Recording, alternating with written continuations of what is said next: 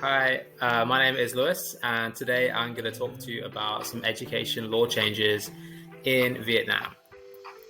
So, firstly, quickly about myself. I'm 29 years old. I've been teaching for about 5 years. I'm originally from Newcastle in England, and currently I live in Bien Hoa in Vietnam.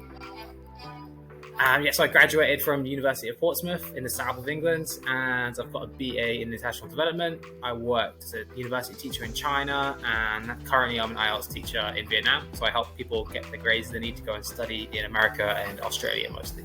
I really love traveling. That's like my main passion. So the law I'm going to talk about is the government announced the decree number 152/2020 NDCP, and this was announced on the 30th of December. And the law was to be enforced from the February 15th, 2021. That's only about 6 weeks, so it's pretty quick turnaround. And basically the law changed the requirements for foreign teachers to be able to get a work permit so they can work and live in Vietnam. So before the law change, all you really needed to have was a TEFL certificate, a degree, and to be able to do a border run, obviously pre-COVID that was. And as a result of that, kind of teachers flooded the market because the cost of living in Vietnam is relatively low and the salary is pretty high.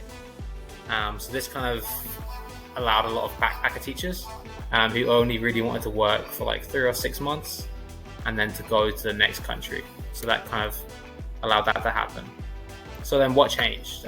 Teachers now have to have 3 years of teaching experience outside of Vietnam, so not inside of Vietnam. And it's for all foreign workers, not just teachers. So it's affected lots of international companies throughout the whole country. Okay, so now if we look at why this happened, why was this changed?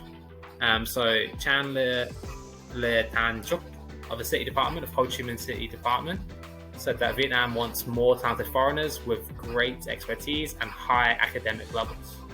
So from my understanding of this means that they want to get rid of inexperienced teachers to end like the kind of short-termism of maybe if your child is studying in the school, they have a different teacher like every 6 months, which is not really good, is it?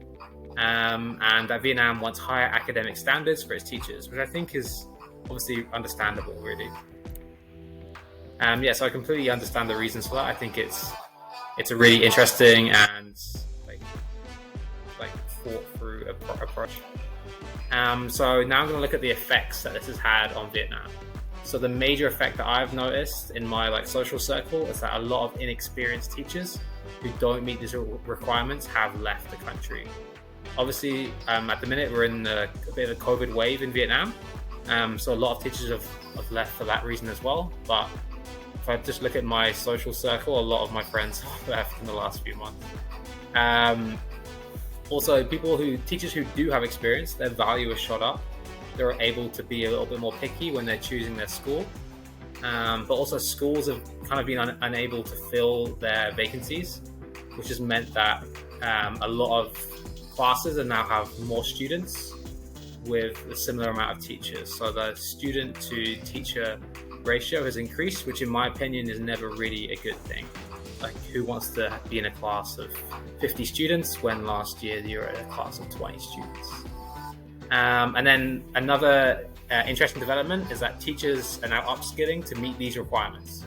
So I'm one of these teachers as well, because international schools aren't required to have the same qualifications if they have a teaching license, like a US or a British teaching license or Australian.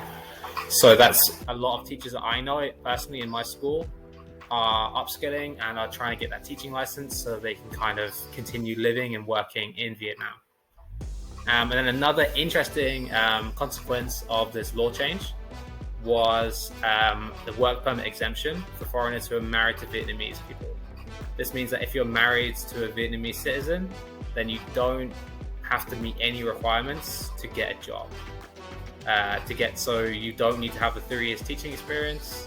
I'm not sure about the degree and TEFL certificate, but that has meant a lot of very quick weddings recently in Vietnam. So that's kind of an interesting consequence, I think.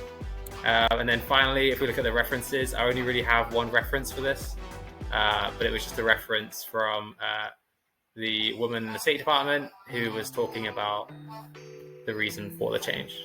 All right, thank you for listening, and hope to see you soon.